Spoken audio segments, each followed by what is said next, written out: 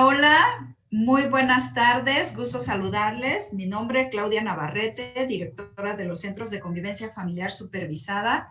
La verdad para mí es un gusto el día de hoy poder tener a una excelente persona, excelente ser humano, sin lugar a dudas, el cual, pues bueno, vamos a platicar sobre un tema sumamente importante. Ahora sí que agradeciendo también a la licenciada Suri Saday Muñoz, quien me pidió, ¿no? Y tener este honor de presentar a la maestra Bertamari Rodríguez Villa, recordando bellos tiempos, hace más de 10 años que estuvo ella como madrina abriendo nuestro SECOFAM en el puerto de Acapulco, el primer centro de convivencia familiar que se aperturó aquí en el estado de Guerrero. Así es que de verdad me siento muy contenta, muy feliz porque esté ella aquí y sobre todo, por el tema que el día de hoy nos trae, que es cuidando el bienestar de las niñas y los niños a través de la mediación en el divorcio. Aparte, dicho sea de paso, quiero aprovechar para recomendar ampliamente su libro, el cual ya tiene muchos años que se editó, pero aún sigue bastante vigente para todas aquellas y aquellos que nos dedicamos a la atención de familias en procesos de divorcio. Así es que sin más, muchas gracias, Berta Mari. Y me parece que aquí la licenciada Suri va por ahí a hablar un poco, a exponer sobre la trayectoria que tienes. No, muchas Bienvenida. gracias a ti, es un gusto, Claudia. Gracias. Bueno, pues muchas gracias, maestra Claudia, como siempre. Es un honor que nos acompañe en los eventos. Maestra Bertamari, bienvenida. Gracias por aceptar la invitación. Gracias. Y bueno, pues sin más preámbulo, ya lo dijo la maestra, vamos a irnos adentrando al tema, pero para ellos yo creo que hay mucha gente acá en el estado de Guerrero que la conoce y para los que no, pues vamos a hablar un poquito de su trayectoria, que sin duda pues es impresionante. Así que voy a permitir leer su síntesis curricular y bueno, su nombre, maestra Bertamari Rodríguez Villa, mexicana por nacimiento, se ha desarrollado principalmente en el ámbito de la intervención psicosocial con familias y en la docencia. Sus principales líneas de crecimiento son los métodos alternativos para la gestión de conflictos interpersonales, con énfasis en la mediación, la prevención de la violencia y la educación para la paz, así como la atención terapéutica de familias. Es maestra en Trabajo Social por la Universidad de Toronto, Canadá, licenciada en Trabajo Social por la UNAM y especialista en terapia familiar por el Instituto Mexicano de Terapias Breves, afiliado al Metal Ridge Institute de Palo Alto, California. Desde el año 1992 a la fecha, diseña, imparte y coordina talleres, cursos, conferencias y diplomados dirigidos a profesionales de diferentes áreas involucrados en solución pacífica de conflictos y la atención de familias. Estas actividades académicas han sido desarrolladas en las modalidades presencial y a distancia, organizada por diferentes instituciones de los sectores público y privado en el territorio nacional y en el extranjero. De 1996 al año 2004, fungió como vicepresidenta y secretaria ejecutiva de la Asociación Internacional de Escuela de Trabajo Social, fundadora y presidenta nacional de ARCO-AC, Asociación para la Resolución de Conflictos, organización que integran a los pioneros de la mediación en México, presidente del capítulo de Yucatán 2015-2019. Ejerce como terapeuta privada con especialidad en mediación familiar desde 1995. Es coautora de 3 libros. El primero, Valoría, Armonía en Familia, cómic y juego de cartas para familias y grupos con sugerencias sobre la aplicación de los valores en la vida cotidiana. El segundo, Mediación en el divorcio, una alternativa para evitar las confrontaciones. Y el tercero, Manual básico del conciliador. Sin duda alguna, maestra Bertamari, es impresionante pues todo lo que usted ha diseñado, y esto es solo por mencionar algunos, me imagino.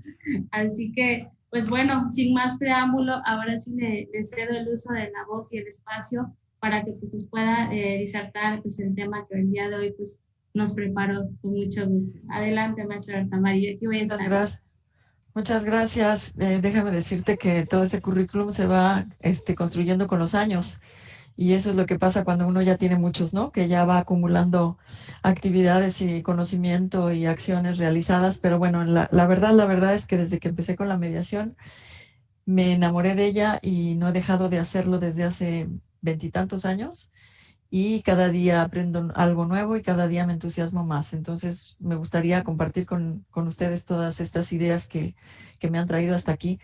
Pero antes quisiera pues dar las gracias por la invitación. Ya hizo Claudia alusión a la oportunidad que tuve de acompañarlos en la inauguración del Secofam de Acapulco. Eh, También le agradezco mucho a Claudia esa invitación, ahí nos conocimos y debo decirles que para mí Guerrero es un estado especial porque mi papá era de Acapulco. Entonces, bueno, pues he estado y muchas veces por allá y tiene un significado distinto para mí el estado y especialmente Acapulco. Entonces aquella vez fue algo muy importante. Entonces ahí conocí a Claudia también a través del licenciado José Antonio Gutiérrez, que él fue el primero con el que tuve contacto ahí en el estado. También agradezco su invitación, sé que no nos pudo acompañar el día de hoy. Y bueno, después a Surizaday porque pues nos conocimos en una maestría donde también participé allá. Y bueno, pues de ahí van haciendo las relaciones y nos vamos haciendo más mediadores, más luchadores por la paz, más gente que trata de facilitar la convivencia entre las familias, ¿no? Y por ahí vamos a empezar el día de hoy, ¿no? A mí me gustaría pasarles unas diapositivas porque pienso que es un poco más dinámico y me puedo ilustrar un poquito lo que les quiero decir. Entonces, denme chance nada más de poner la diapositiva. Aquí está. Y hacer esto pequeñito para que no estorbe. Cuando me haga caso, porque no me... Ya está, pero no me quería hacer caso. Ok, bueno, pues el título que escogimos fue un poquito tratando de englobar cuál es la intención que tenemos de hacer la mediación. Y la intención, pues, se resume en esto, en cuidar el bienestar de los niños, porque yo soy de la idea de que cuando hay divorcios, y bueno, no me dejarán mentir ustedes que están ahí en la trinchera todos los días, los niños son los olvidados. Son los que se supone que unen a la familia, son los que se supone que pueden lograr que los papás se sienten a negociar, a tratar de arreglar sus problemáticas, pero pues todavía no lo hemos logrado 100%. Entonces, sí tenemos que buscar la manera como de seguirlos cuidando y a mí me gustaría exponerles ahorita esta perspectiva que yo tengo que no, de cómo la mediación nos está permitiendo hacer eso. Es tal vez una semilla pequeñita, pero a la hora de construir la paz, todo ayuda, ¿sí? Entonces, por ahí va el sentido de mi exposición el día de hoy que quiero compartir con ustedes, ¿no? Les decía yo que voy a partir de hablar de la familia. La familia como el primer espacio donde se mueve el ser humano, donde se relaciona con los demás. Ahí es donde aprende a relacionarse con los demás, a vivir en sociedad. Son los primeros aprendizajes que se dan. Y también es ese espacio donde hay la responsabilidad de cuidar al ser humano, de protegerlo, de educarlo, de socializarlo, ¿no? No solo a los niños y las niñas, a todos. O sea, ahí se construye la socialización, se construye a la persona que después va a salir a la sociedad, ¿sí? Nosotros, cuando estamos hablando de hacia dónde dirigimos nuestras acciones, pues a veces es difícil definir porque cada familia es distinta, porque son contextos también muy diferentes en los que nos movemos nosotros o se mueven las familias que llegan a trabajar con nosotros. Pero finalmente yo he encontrado esta definición de la familia estable como algo que buscamos, como que sería el concepto que yo quisiera manejar en el sentido de que una familia estable es la que está pendiente y preocupada en promover el bienestar de sus miembros, sobre todo sin comprometer el de los descendientes, o sea, pensando en el momento presente, pero también a futuro. Y yo creo que eso es un buen tema en los Secofam porque la gente no está pensando en el futuro. La gente está en su pleito, en su enojo, en su confrontación y difícilmente se pone a mirar hacia adelante y hacia lo que viene y hacia la consecuencia de lo que está haciendo, sobre todo en función de los niños, ¿no? Entonces, este concepto de familia estable creo que nos da como el ancla para poder seguir hablando el día de hoy con estas reflexiones de los niños, ¿no? Pensando además también que estamos celebrando de alguna manera el Día del Niño, ¿no? Entonces, una familia estable que busque no comprometer el bienestar de los hijos, ¿no? Esta familia estable tiene unas características que yo quiero resaltar aquí. Primero, es un grupo unido con metas comunes y lo pongo como primer punto porque no importa que estén separados o divorciados o que vivan juntos. El ser unidos con metas comunes en función de los hijos se puede dar juntos o separados.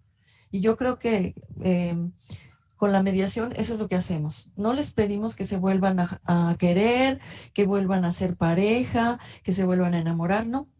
Lo que les estamos pidiendo es que se centren en sus funciones y en sus responsabilidades con relación a los niños, ¿sí? Entonces, esto es un punto clave. Entonces, puede ser una familia estable, aunque esté dividida en dos. Puede ser estable, aunque los niños estén un día con el papá y otro día con la mamá. No importa. Lo que es necesario es que los niños tengan un entorno que los deje vivir tranquilos, que los deje desarrollarse, que los deje crecer, que los deje hacerse fuertes emocionalmente para poder enfrentar unas condiciones de vida que les sean satisfactorias. Hace rato estábamos hablando con Suri de cómo encontramos desafortunadamente estos patrones de repetición en niños de familias que pasan por estas problemáticas de divorcios mal manejados y que después multiplican esas experiencias otra vez con familias inestables, con familias problematizadas, con familias que no acaban de asentarse y de formar grupo estable, ¿no? Entonces, para mí el primer punto es enfatizar en esta gente el hecho de que no importa si están juntos o separados, pueden tener metas comunes y buscar la estabilidad. Esto en una familia estable, esta estabilidad nos permite que los hijos crezcan seguros, confiados, serenos y sobre todo que aprendan el manejo y el desarrollo de los afectos, porque una cosa que se pierde cuando los papás están en permanente confrontación es la referencia que tienen los niños de lo que es dar y recibir afecto, ¿no? ¿Cómo les vamos a hablar de amor si estamos gritándonos todo el tiempo, ¿no? Ellos van a entender como amor eso, el griterío y los problemas y los insultos y todo esto, y pues realmente no queremos que crezcan con esta idea, ¿no? La posibilidad de que ellos crezcan en estos términos permite que se vuelvan adultos proactivos e independientes, que puedan expresarse, que puedan decir qué quieren, qué necesitan, que se comuniquen con los demás de manera asertiva. Asertiva quiere decir que defiendan sus derechos sin lastimar a los demás, que se mantengan firmes, que sepan lo que necesitan y lo que quieren y que no aprendan a conseguirlo mediante la confrontación y la batalla, ¿no? Que aprendan a conseguirlo a través del diálogo, del intercambio de ideas, de la tolerancia, del respeto, etcétera, ¿no? También en estas familias estables se puede lograr que los niños no sobreactúen. Y podríamos decir aquí que más que los niños serían ya los adolescentes, ¿no? Hay niños que desde muy pequeños pueden comportarse de manera rebelde, pero en general suele serse más cercano a la adolescencia o la preadolescencia. Pero cuando hay estabilidad en la familia, esto es muy raro que se presente porque los niños se sienten apreciados, se sienten reconocidos, se sienten que pertenecen a un grupo en el que están cómodos y que se preocupa por ellos y no necesitan estar recurriendo a llamar la atención con conductas disfuncionales, ¿no? O portándose mal en la escuela o portándose mal con la familia, etcétera, ¿no? Y una cosa bien importante que a veces no se relaciona es el hecho de que niños que crecen en familias estables tienen un mejor rendimiento escolar. Yo lo digo siempre, seguramente lo dije aquella vez que estuve en la inauguración del Secofam de Acapulco, pero un día voy a querer hacer un estudio para ver cuántos niños tienen problemas de rendimiento escolar que pertenecen a familias que se están divorciando, porque es de verdad casi automático, ¿sí? Los niños tienen que buscar cómo canalizar sus inquietudes, sus preocupaciones y pues están muy metidos en la escuela mientras son niños y adolescentes, ¿no? Entonces no es raro que haya esta consecuencia de la baja de rendimiento escolar cuando los niños atraviesan por una situación familiar de separación o divorcio, ¿ok? Bueno, ¿por qué? ¿Por qué nos preocupa también desde la perspectiva ya no micro de la familia? Vamos a abrir un poquito esta mirada hacia la parte social. Nosotros buscamos la estabilidad de las familias por estas dos razones. La primera es porque el bienestar de una familia repercute en el bienestar de la sociedad, pero también porque el bienestar de la sociedad repercute en el bienestar de la familia. Yo a veces escucho que mucha gente dice que la familia disfuncional es la culpable de todos los males de la sociedad y yo me pregunto, bueno, ¿y la sociedad no influye en las familias? Todos estos cambios que vivimos ahorita, por ejemplo, ¿no? Lo tenemos fresquito y todavía lo estamos viviendo. Este asunto de la pandemia nos cambió la vida, nos cortó de tajo el ritmo que teníamos, nos ha hecho hacer cambios drásticos en nuestra manera de enfrentar las relaciones, la vida. Igual lo estábamos platicando también con Claudia y con Suri, ¿no? Hay hasta cambios en las familias que se están separando, que han tenido que aguantar el no hacerlo porque no funcionan los tribunales, pero además porque no se pueden separar por razones económicas y además porque no tienen a dónde irse y etcétera. Y habrá casos, ojalá, que hasta les sirva para tranquilizarse, ¿no? Pero bueno, finalmente lo que quiero decir aquí es que es una dinámica permanente. No podemos separar familia y sociedad. Están indiscutiblemente ligadas en los dos sentidos. Lo que le pasa a la familia se representa en la sociedad y lo que le pasa a la sociedad también aterriza en la familia, ¿no?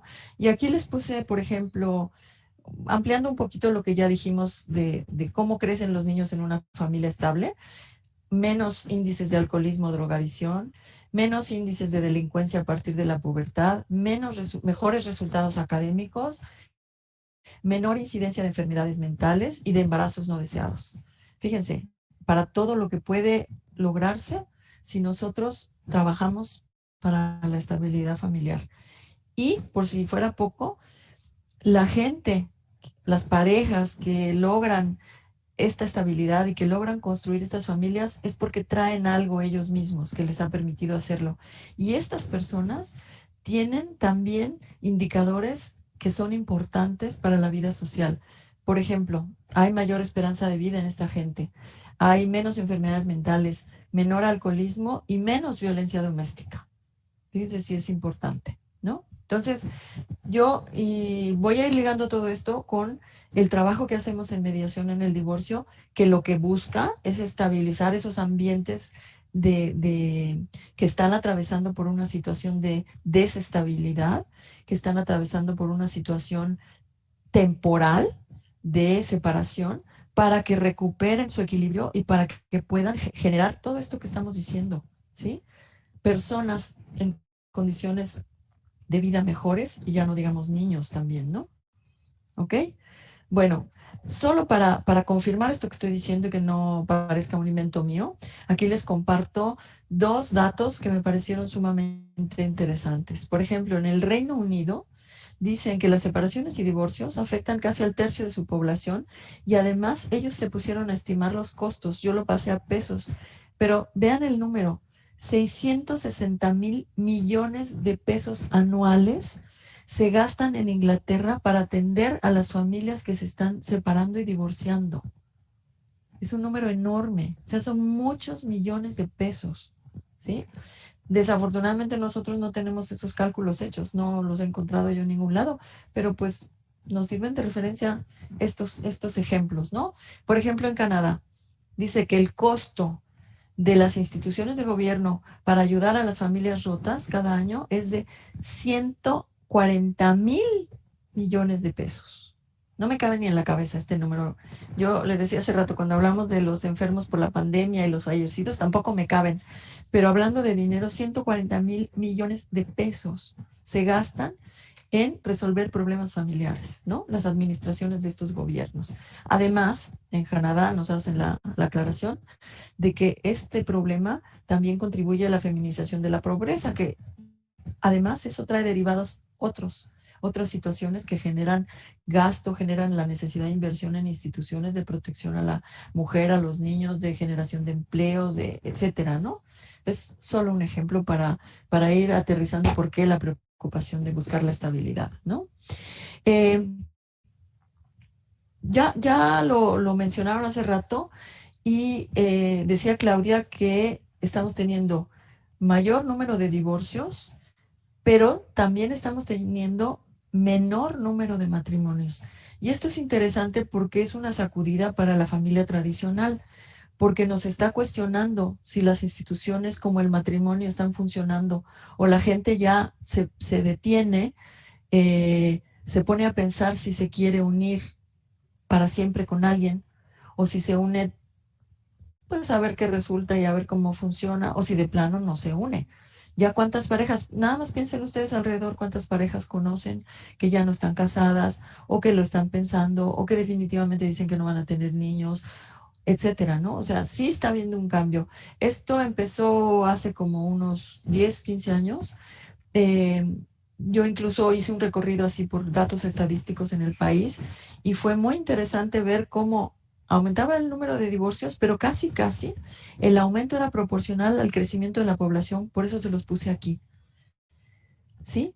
Pero no por el aumento de por el de los matrimonios. Y ahora ya tenemos un montón de publicaciones que nos están diciendo día con día que si en 2010 se casaban 7.7 personas por matrimonios, por cada 1,000 habitantes, ahora ya son 5.8, ya no llega a 8 como estaba aquí arriba, son 2 puntos menos, ¿no?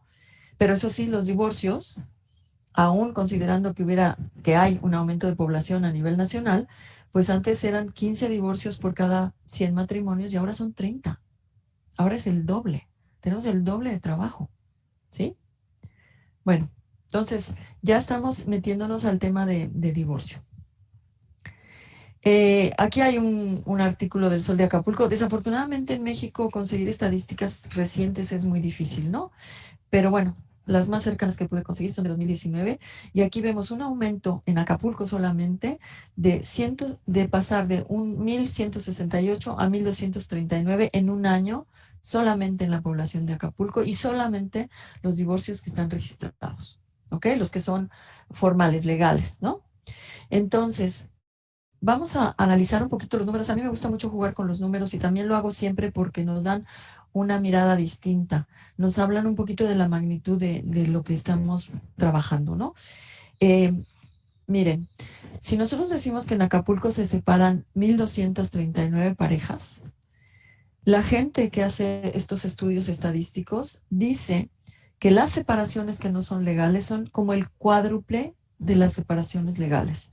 O sea que nosotros, para saber realmente cuántas familias se separan, ya no digamos se divorcian, tenemos que multiplicar este número de Acapulco, que es oficial, que son los divorcios registrados, por 4. Y nos da casi 5,000 parejas separadas en Acapulco al año. ¿Sí? Bueno, siendo las familias separadas, un total, entre separadas y divorciadas, 6,195. ¿Sí?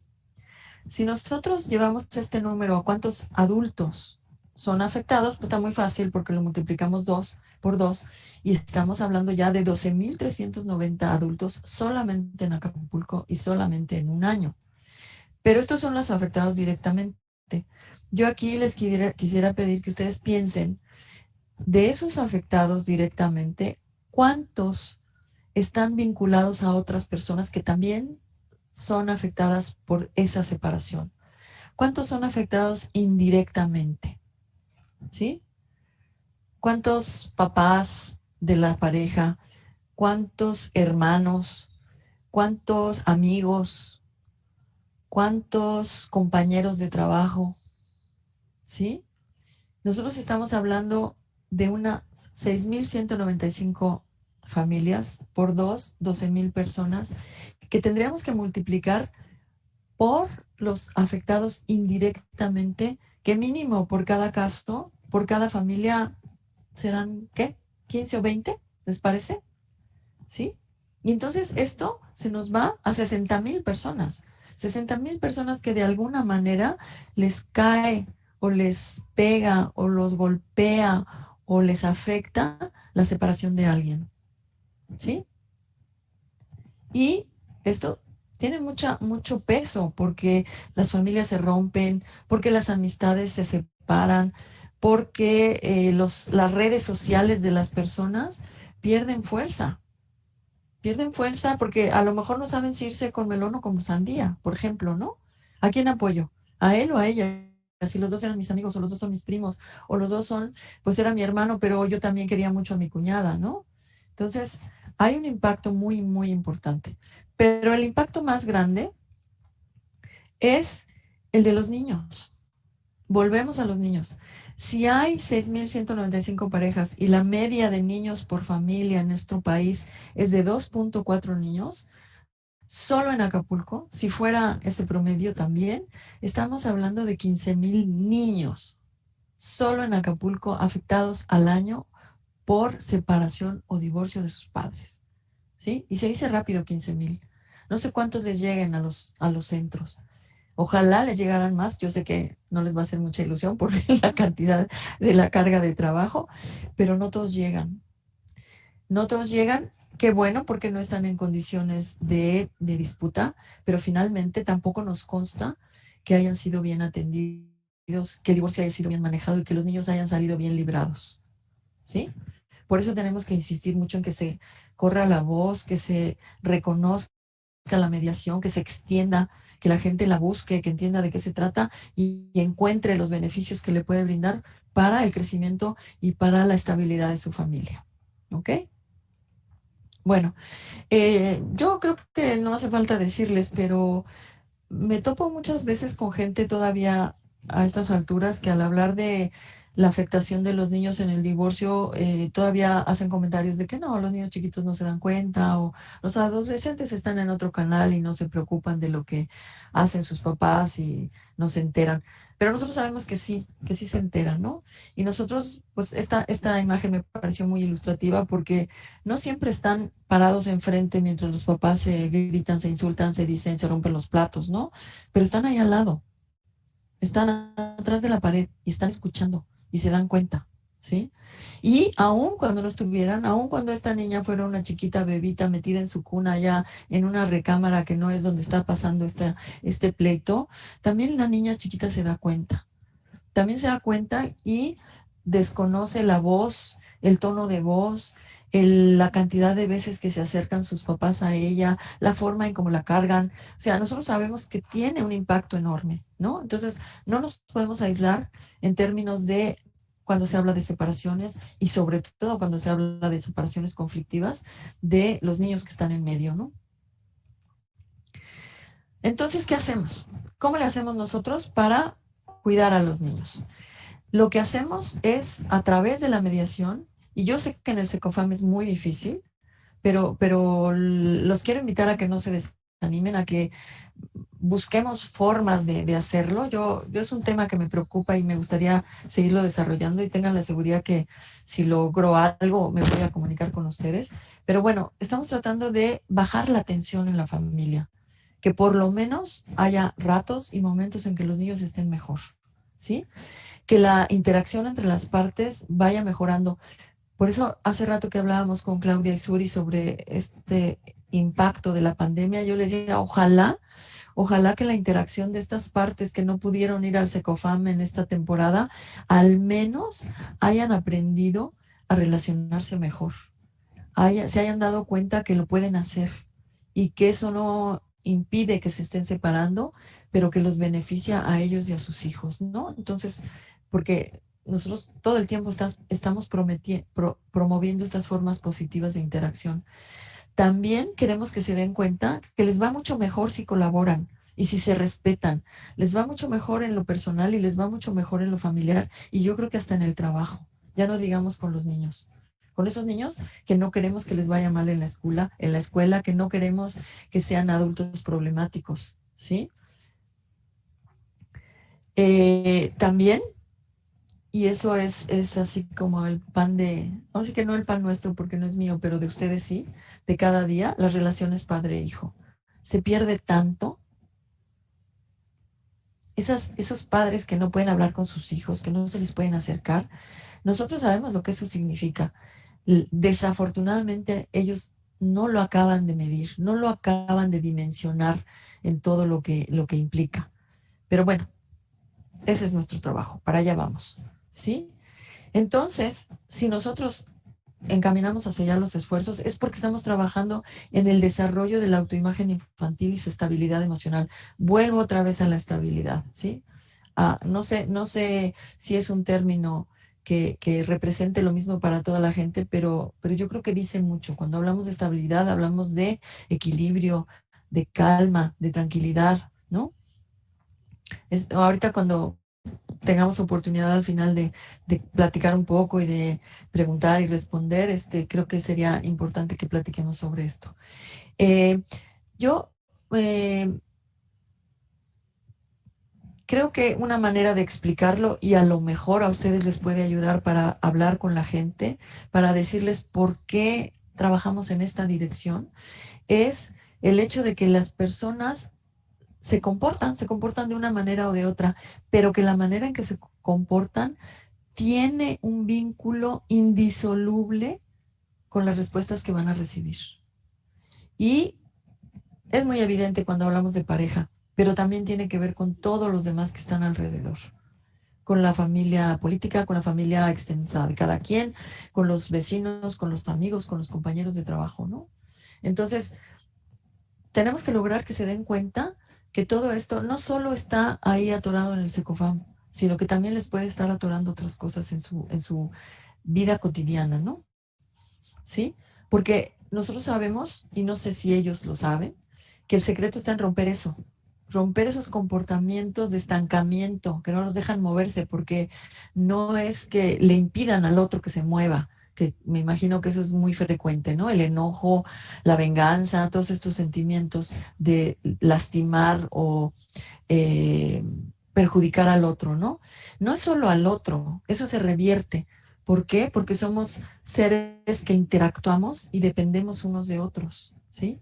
Es más, fíjense que vi una vez en una exposición de pintura un cuadro que me llamó muchísimo la atención. No lo he podido conseguir físicamente para tener la ilustración, pero era el cuadro donde se veía a una figura de una persona envuelta en Egapac, en el papel plástico, en este plástico que usamos para la cocina, para proteger los alimentos, y decía abajo una frase que me dejó impactada, decía, cuando te dejé de odiar, me quedé tan tranquilo. Y esa imagen de ver esa persona envuelta en plástico que estaba tratando de desenredarse me dejó muy marcada, ¿no? Y yo creo que así están estas personas que tienen que acudir al Secofam, ¿no? Están tan metidas en su enojo y en sus ganas de desquitarse con el otro que ni siquiera se dan cuenta del daño que se están haciendo, ¿no es cierto? Bueno, eh, por una parte hemos hablado un poco de la mediación en términos al interior de la familia, pero yo quisiera salir un poco hacia la sociedad y luego volverme a regresar, ¿no?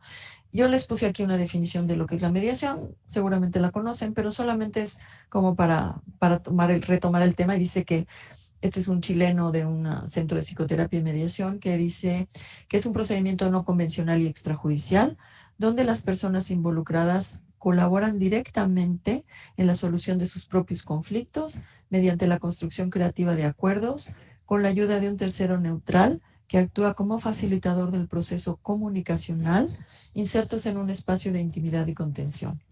¿Sí? Yo les decía que esto lo quiero sacar un poco hacia afuera, precisamente por lo que decía yo antes, porque las personas que van al Secofam no siempre se dan cuenta del impacto que tiene lo que están viviendo y haciendo hacia afuera, ¿no?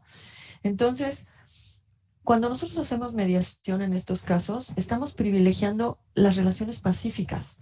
Estamos trabajando con la gente para que se reconozca, para que se dé cuenta, se vea como en un espejo cuando nos platica y cuando nos explica qué es lo que hace y por qué lo hace y cómo se siente y todo eso, nosotros le regresamos esa información de manera que ella se sienta reflejada, ¿sí? Para que se vea con otros ojos, para lograr que pueda entender también al otro con otra mirada, para que se pueda desarrollar ahí la empatía y la tolerancia y caminando hacia el respeto para que aprendan a solucionar sus conflictos de una manera pacífica y no a través de la confrontación, que sabemos que no los lleva a nada. Esto, trabajado a nivel generalizado, lo que hace es promover la formación de una sociedad que tiene otras características que ya necesitamos, ya nos surge, que es plural, democrática y multicultural, donde nos conozcamos, nos respetemos, entendamos que el otro piensa diferente y no pasa nada, ¿no? Y esto, sin duda, pues es lo que se llama educación para la paz, ¿no? Entonces, está puesto aquí como forma de flecha porque es algo que se trabaja de manera transversal, se trabaja todo el tiempo.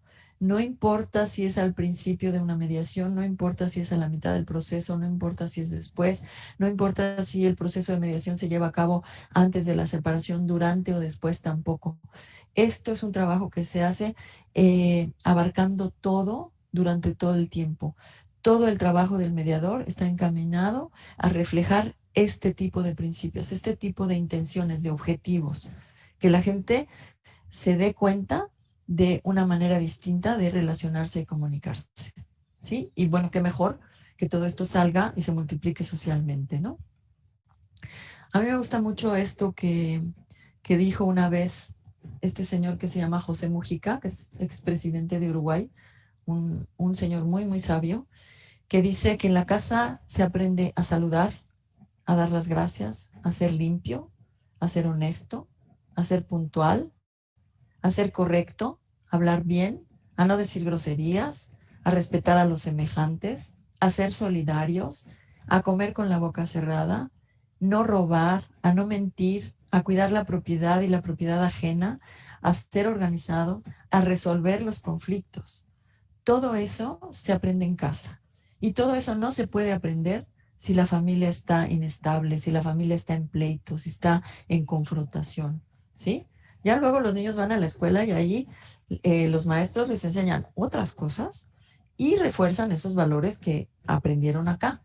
Pero lo básico está acá, está en la casa, ¿sí? No está fuera en la sociedad. No podemos llevar a los niños, ni esos papás pueden llevar a los niños a las escuelas y decirles a los maestros, ahí se los dejo, ahí me lo educan, ¿sí? Y vengo por él a las 3 de la tarde. No, el asunto empieza acá, empieza en la casa, empieza en las relaciones de la familia, de la pareja y de la familia. ¿Ok?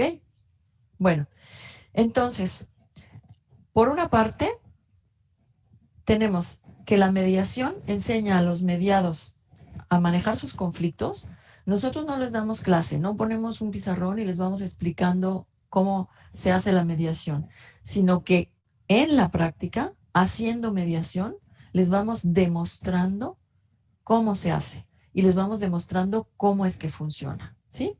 Pero por una parte tiene esta enseñanza y por otra parte, cuando la gente vive una mediación, sale de ahí transformada en el sentido de que ya no resuelve sus conflictos como lo hacía antes, que antes podríamos decir que no lo resolvía, ¿sí? Pero lo que aprende en la mediación se lo lleva a otros lados. Es una cosa que Marinés Suárez, no sé si se acuerdan de ella, es una mediadora muy conocida, que dice que se llama deuteroaprendizaje. Lo que tú aprendes en un lado, lo que te funcionó, ya te lo llevas a otra parte. Ya esa gente entiende y se da cuenta que si dialoga puede tener mejores resultados, que si no grita la van a escuchar mejor, ¿sí? Entonces, esta idea nos ayuda para ver qué impacto se puede tener y hasta dónde podemos llegar con esa pequeña semillita con la que vamos trabajando. Yo sé que a la hora de la mediación nosotros no trabajamos con los niños, pero es un tema recurrente. Y es un tema recurrente que sale y que a veces nosotros tenemos que explorar, a veces tenemos que, aunque sea indirectamente, informar o capacitar a los papás, ¿sí? Y entonces yo lo que les quiero platicar aquí es como las ideas generales de cuáles son las necesidades especiales de los niños cuando hay una separación o divorcio, para que ustedes lo tengan como un recurso y lo puedan compartir y sacar a colación si les hiciera falta en sus mediaciones. Yo con mucho gusto les mando la presentación para que la tengan y puedan revisar esto con más calma, pero ahorita vamos haciéndolo así un poco por encima, ¿no? ¿Qué necesitan los niños? Que los dos padres los escuchen, no nada más uno. Que fomenten el amor y el respeto. A lo mejor les cuesta mucho trabajo entre ellos, pero deben intentarlo porque eso es lo que aprenden los hijos. Los hijos aprenden más de lo que ven que de lo que les decimos.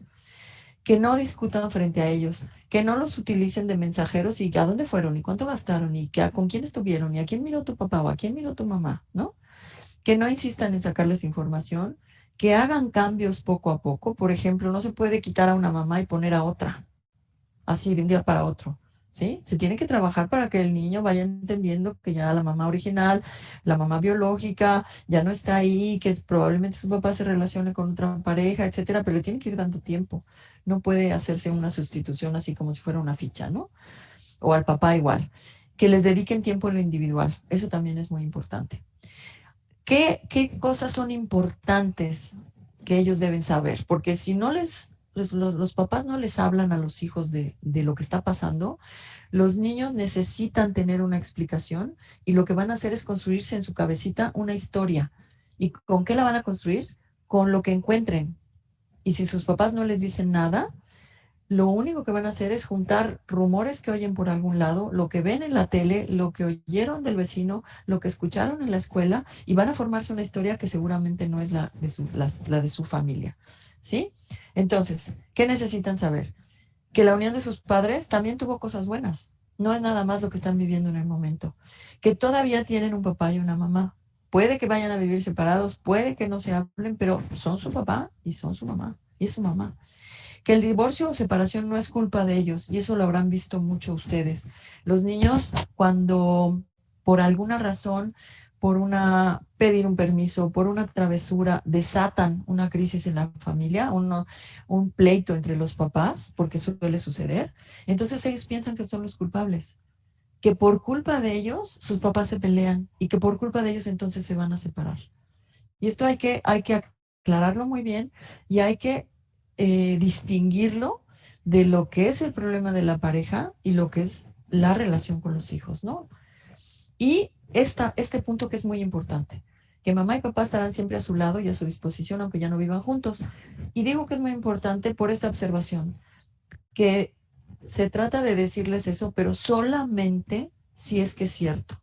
Hay un autor que se llama Gardner, aquí lo tienen citado, que tiene un libro que se llama Las preguntas de los niños sobre el divorcio, que dice que hay que tener muchísimo cuidado.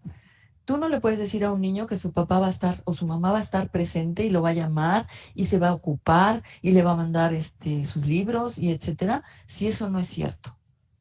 Porque entonces el niño va a tener una expectativa que no se va a cumplir nunca y se va a quedar la vida esperando que aparezca ese papá, ilusionado de que ese papá está en algún lado, por ahí, lejos, que es que pensando en él, ¿sí? O la mamá, no importa.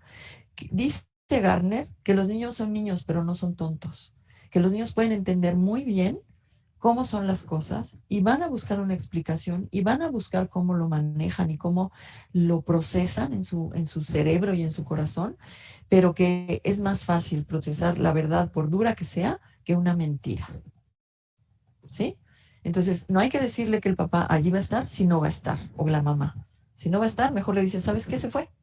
Se fue y a lo mejor nunca lo vas a volver a ver. Y ayudarlo, obviamente, a que trate de procesar eso psicológicamente, pero le va a costar menos trabajo que si es una mentira y luego descubre que no era cierto, que nunca apareció la mamá o el papá. ¿Ok? Bueno, hay muchas recomendaciones y esto les doy una idea por si la quieren tomar. Esto lo saqué, mucha de esta información la saqué de unos folletos que dan en Canadá para los padres que acuden a estos centros y a los juzgados. Hacen folletos que dicen cómo hablar con los niños, hacen folletos de decir qué se preguntan los niños respecto al divorcio, hacen folletos de decir cuáles son los pasos que tienes que seguir tú como mujer si te quieres divorciar, o tú como hombre, qué es lo que necesitarías hacer si te quieres divorciar. O sea, folletos muy puntuales y muy breves que se le reparten a la gente como para irlos poniendo a trabajar eh, en la temática que se va a tener que abordar, ¿no?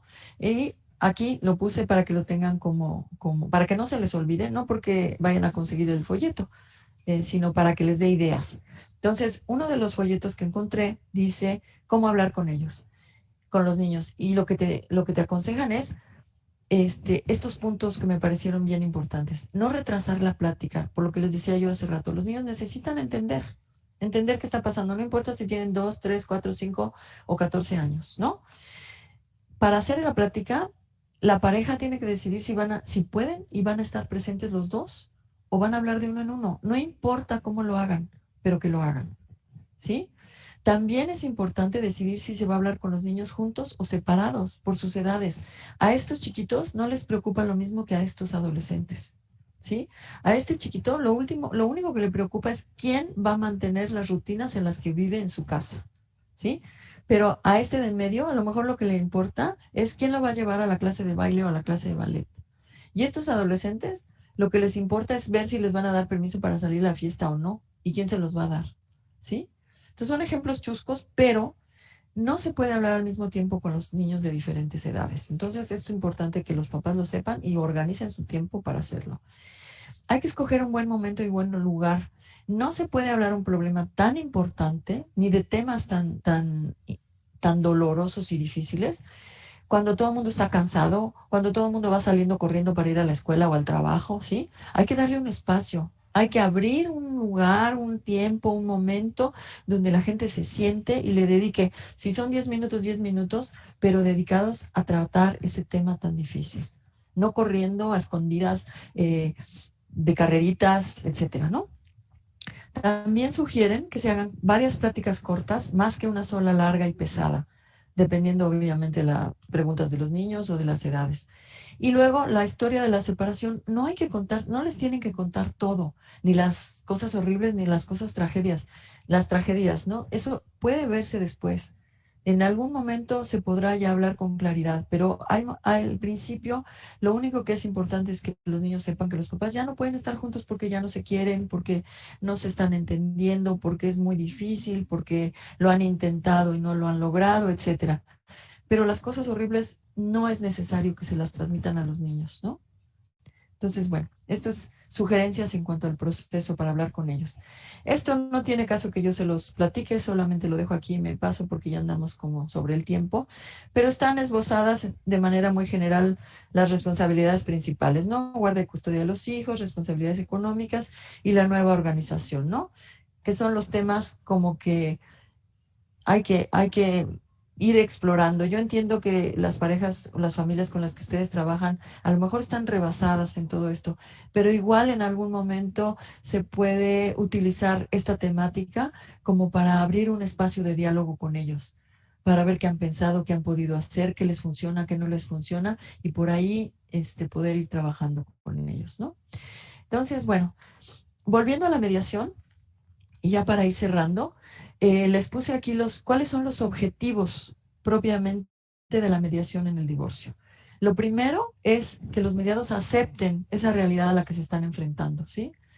Que se proyecten a futuro, porque ya decíamos desde el principio que están viviendo el presente, están viviendo lo inmediato, pero no siempre están pensando en cómo se van a ver en 4 o 5 años o cómo van a estar sus hijos, qué tanta afectación pueden tener ellos o los hijos, ¿no? También que desarrollen los nuevos roles y responsabilidades que les van a tocar a partir de la separación y que desde luego ya empiezan a cambiar desde el momento que empieza la separación emocional. A veces ni siquiera tiene que llegar la separación física para que ellos ya empiecen a adquirir otros roles y otras responsabilidades.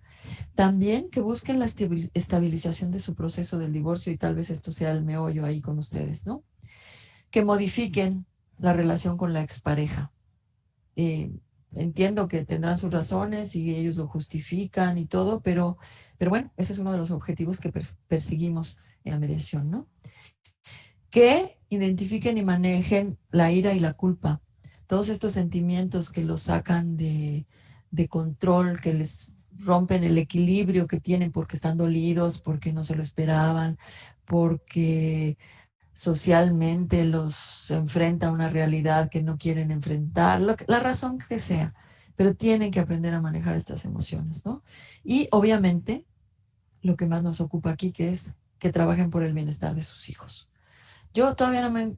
Ustedes a lo mejor sí, y eso me gustaría que sea una pregunta de mí para ustedes ahorita al final, pero yo no me he encontrado todavía un papá que voluntariamente quiera que sus hijos sufran. Pienso que no se dan cuenta, pienso que lo están haciendo sesgadamente, ¿sí? Que no miden el impacto de este dolor o de este daño que les pueden hacer a los niños, ¿no? Porque si nosotros habláramos con ellos, yo estoy segura que dirían que no quieren lastimarlos, no quieren impactarlos de la manera que los impactan, ¿no? Entonces, bueno, miren, ¿por qué decimos que en la mediación cuidamos a los niños?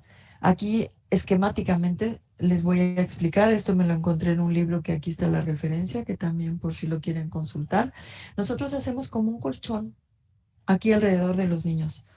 Queremos que estos niños estén en una zona libre de conflicto, lejos de toda esta problemática de los resentimientos, el enojo, la ira, las humillaciones, las peleas, los insultos, las amenazas, ¿sí? Queremos fabricarles esta protección. Queremos que los niños estén hasta donde sea posible liberados de esa presión que no les corresponde. ¿Sí? Y gracias. Aquí lo vamos a dejar y vamos al diálogo con ustedes si tenemos un ratito todavía. Muchas gracias.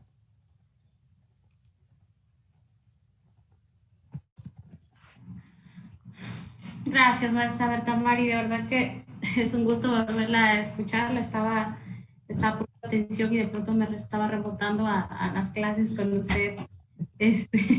Muchas gracias. Es muy interesante todo lo que nos comenta. Sin duda son muy buenas herramientas que nos dan tanto de manera personal y sobre todo para los que son papás, ¿no? De poder Claro. ciertas cosas pues con los niños, hijos y hijas.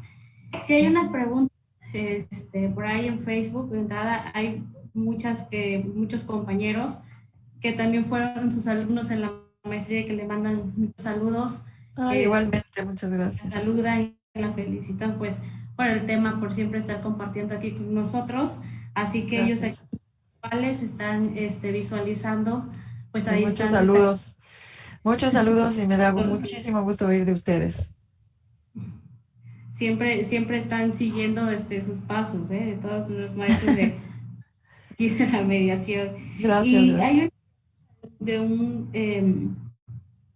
un compañero aquí, de un participante, Demian, en el contexto de que las personas de pronto, por ejemplo, supongamos que es una pareja y que no quiere de pronto acceder a la mediación, en ese contexto, ¿qué les pudiera ofrecer la mediación? ¿Qué técnicas se pudieran utilizar para que ellos pudieran mediar, ¿no? La pregunta que nos hace aquí la persona, Demian, nos dice, ¿hay alguna forma de presionar o convencer a una o ambas partes de recurrir a la mediación? En ese contexto, maestra, ¿qué pudiéramos hacer para que pues, las personas pudieran acceder o recurrir primeramente a un servicio de mediación para poder solucionar su controversia? Sí, mira, nosotros debemos partir de la idea, gracias Demian por tu pregunta, debemos partir de la idea de que la mediación es voluntaria, debe ser voluntaria, por una razón muy práctica, porque no sirve, no funciona tener ahí a una persona que se sienta obligada, porque no va a trabajar por su problema, va a estar molesta, va a estar incómoda, no se va a sentir libre de opinar y de participar plenamente, ¿sí? Yo he sabido, en Canadá hubo un tiempo, creo que en Argentina también lo hicieron, no estoy segura, no voy a decir mentiras, pero hay lugares donde han hecho obligatoria la mediación, pero después han tenido que cambiar eso porque no funciona, ¿sí? Una cosa es que a ti te llegue una invitación y que la gente a veces lo ve como, digamos, obligatorio, ¿no?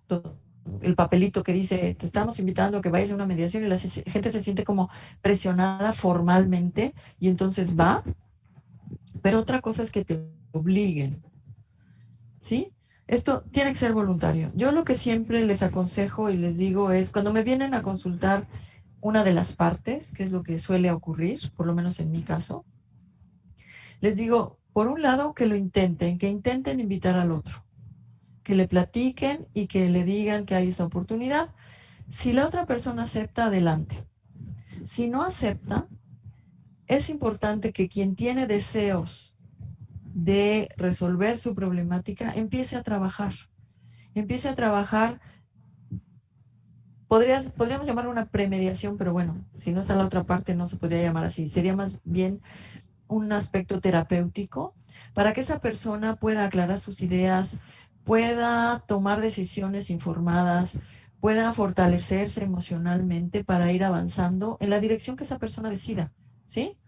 La ventaja de trabajar con un mediador, aunque no sea para mediar entre dos, es que el mediador va a respetar la individualidad de la persona, no se va a imponer y no va a tratar de meterle ideas en la cabeza de lo que tiene que hacer, sino que la va a ayudar a que piense, que reflexione, que vaya buscando caminos y que siga pensando en la oportunidad de invitar y de que el otro participe en la mediación, pero si el otro no quiere, no sirve de nada forzarlo a que se presente, ¿sí?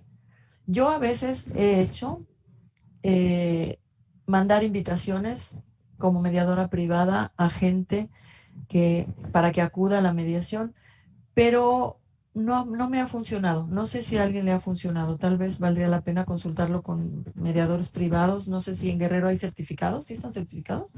¿Se pueden certificar los mediadores privados? Me parece que todavía no hay algo establecido, siguen Ok, todavía como proyecto, sí. pero todavía no tenemos algo establecido aún. Bueno, hay una diferencia enorme entre invitarlos desde mi oficina a mi consultorio a invitarlos desde un centro de mediación. Entonces, en el centro de mediación, generalmente lo que pueden hacer es mandarle a una persona o pedirle que venga a una cita con alguien que le va a explicar, pero desde la perspectiva institucional, ¿no? Ya es más fácil que la gente se acerque a la institucionalidad. Pero a nivel privado es muy difícil que la gente acuda a una invitación porque ya me ha pasado que dicen, no, pues no te conozco, no sé ni dónde está tu consultorio, nadie te conoce, no me dan referencias, no sé qué es esto de la mediación y no voy a ir, ¿no? Y eso lo que hace es impedir que la otra persona empiece a trabajar su problemática. Entonces, mi sugerencia es el que quiera que trabaje, aunque la otra parte no acuda. Ese sería el resumen a o sea, mi respuesta resumida a la pregunta de Damián. Ok, muchas gracias. Y bueno, también atendiendo la pregunta y otra segunda pregunta de Gil Ledesma, Gil, en ese sentido, la verdad es que es muy grande lo que nos comentas. En Acapulco ya hay un centro de mediación, un centro estatal de mecanismos alternativos. Me parece que está ubicado en la colonia Poza, en la Boulevard de las Naciones. Ajá. Entonces, valdría la pena que pudieras a lo mejor ir y pudiera conversar directamente ahí tu caso. Ahorita no puedo abordarlo yo, dado que me encuentro imposibilitada porque no lo conozco. También sugiero que pudieras pues abordarlo ahí en el centro de Secofam de Acapulco y pues puedan ahí trabajarlo directamente, ¿vale? Entonces, y también, por supuesto, todo lo que la maestra Berta María el día de hoy nos ha comentado con el tema de los objetivos de la mediación y las responsabilidades parentales, sin duda alguna brindan muchas herramientas pues en todos estos procesos.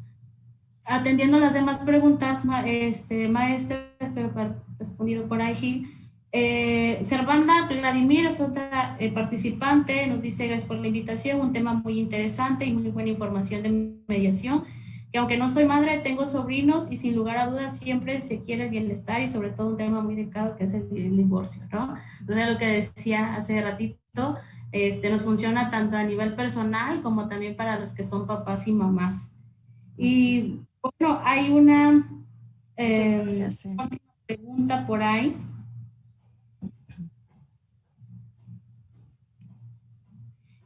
¿Cómo pudiéramos nosotros, lo que pasa es que la pregunta viene enfocada hacia lo que es la alineación parental con la mediación, ¿no?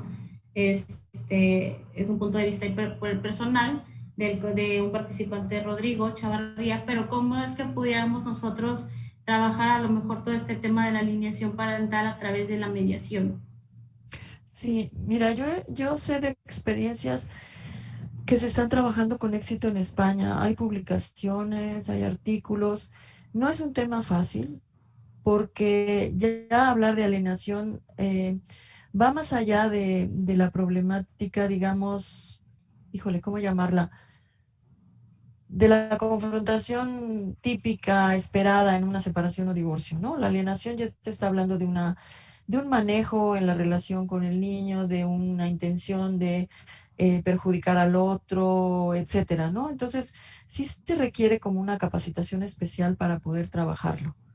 Insisto en que hay publicaciones, no sé si esta persona, si quieres, yo te mando datos de un par de libros que tengo por ahí y se los puedes compartir. Seguramente también puede encontrar algo en internet, pero sí requiere como una visión más allá de la mediación. Las experiencias que yo conocí que tienen en España las han logrado, muy positivas, las han logrado psicólogas que además son mediadoras y además se especializaron en este tema de la alienación parental, ¿sí? Y trabajan paralelamente con los niños, con los papás, porque los niños no tampoco se pueden librar del impacto de la alienación, ¿no? Entonces necesitan trabajar con la familia completa. Y ellas han desarrollado técnicas para trabajar por un lado con los niños y por otro lado con los papás, ¿sí? Entonces, con Okay. mucho gusto le mando la bibliografía si le interesa a Rodrigo consultarla. Rodrigo, ¿verdad? Creo que Sí, Rodrigo se sí. llama. Gracias. Bueno, hay una pregunta muy interesante que nos hace Elizabeth. Nos dice, ¿cómo saber si necesito una mediación?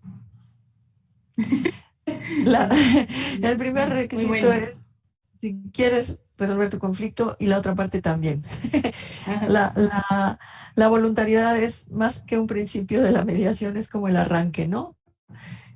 Normalmente cuando tenemos un conflicto, el primer intento es ir con el otro a tratar de solucionar, si es que lo queremos solucionar. Tenemos un conflicto y lo queremos solucionar. El primer intento es ir con el otro y tratar de hablar con él o con ella y ponernos de acuerdo para solucionarlo. Pero a veces que esto no funciona, por la razón que sea. No nos vamos a poner ahorita a cuestionar. Si esto no funciona, entonces necesitas a alguien que te ayude. O los dos necesitan a alguien que te ayude. Este tercero que te puede ayudar, ojalá pudiera ser un mediador que tenga la formación para poder guiarlos, para poder acompañarlos a que busquen las soluciones. Pero lo primero que tienes que tener claro es si quieres solucionar tu problema y si tienes la posibilidad de que el otro quiera ir, ¿no? Muy bien. Hay dificultades en términos del tipo de problemática, ¿no? Pero por lo menos eh, explorar el problema vale la pena a través de un mediador, con la ayuda de un mediador. Y ya ese mediador, con esa preparación y con esa capacitación, los puede apoyar para decirles si se puede o no se puede. Pero ya sería como el segundo nivel, ¿no? Ok. Muchas gracias, nuestra Berta Mari. Y bueno, pues creo que fueron todas las preguntas que por ahí nos hicieron los participantes que estuvimos aquí conectados pues en Facebook. De ahí hay muchas felicitaciones para usted, muchos saludos, Gracias. mucha gente que la conoce de aquí de la maestría, que hay gente que ha estado con usted en cursos, en conferencias, y entonces pues le mandan muchos saludos. Gracias. Le agradecen por ahí su participación. Y bueno, pues si ya no hay más preguntas, creo que ha sido todo por nuestra parte. Como dicen por ahí, ¿verdad? Hemos concluido esta sesión. Claro que sí. La verdad es que sí, todo lo que nos ha platicado ha sido nos ha retroalimentado mucho y reforzado una vez más en las cosas que tenemos que hacer o que debemos hacer cuando exista pues un conflicto familiar, una separación, y siempre pues obviamente nos resalta nuevamente el principio o que debemos de tener en cuenta pues el bienestar de los niños, ¿no? Ante todo siempre debe de ser el bienestar de los menores, ¿no? En cualquier conflicto familiar o en cualquier proceso de separación, pues bueno, los niños siempre van a ser pues nuestra principal prioridad, y con esto pues también nos viene como a reafirmar y a reforzar, ¿cierto? Así Y es. Estra, pues de verdad muchísimas gracias. No, Aceptado la invitación. Gracias también pues a todos los participantes que se conectaron a través de Facebook, que nos acompañaron y que pues constantemente nos están acompañando en todas las demás conferencias, porque hacemos una cada semana al mes. Ya constantemente se están ahí compartiendo semana con semana, ¿no? Entonces, qué bueno, muy bien. Pues la yo audiencia. quisiera, te Sí, interrumpo para adelante. agradecerte mucho la invitación. Me da muchísimo gusto que estén tan activos, que estén tan motivados para hacer este trabajo, que yo te puedo decir que reconozco realmente que es un trabajo difícil. El entorno en el que ustedes trabajan es muy fuerte. Entonces, con más razón los quiero felicitar y más gusto me da que hagan toda esta serie de actividades que les pueda ayudar de alguna manera, ¿no? Ya saben que cuentan conmigo siempre. Ya les platiqué que tengo una relación especial con Guerrero, pero además todo lo que he podido, toda la gente que he podido conocer allá, con la que establecí buena relación. Soy muy mala para acordarme los nombres, pero bueno, finalmente agradezco que se acuerden de mí, que me manden saludos, también se los mando yo y pues me hubiera gustado que pudiéramos hacerlo presencial, porque ahí sí nos hubiéramos visto las caritas, ¿verdad? Pero bueno, Sí. mientras no lo podamos hacer, aquí seguimos disponibles, y con el gusto de siempre. ¿Eh? Ya habrán otros momentos para vernos Ya habrá. presencial, que esta sea la última en la que nos va a estar visitando maestra Berta Mari, No, ¿eh? por supuesto, yo el día que me avisen, ahí voy. El día que ya podamos, para allá. Perfecto. Ok, bueno, pues muchísimas gracias a toda la audiencia. A nombre del Instituto para el Mejoramiento Judicial del Poder Judicial, les agradecemos que nos hayan acompañado a esta conferencia, y bueno, pues sin más, ahora sí los dejamos, que pasen una excelente tarde y nos vemos a la próxima. Muchas gracias, maestra Berta Mari. Gracias, A ti, gracias. saludos, gracias. Saludos.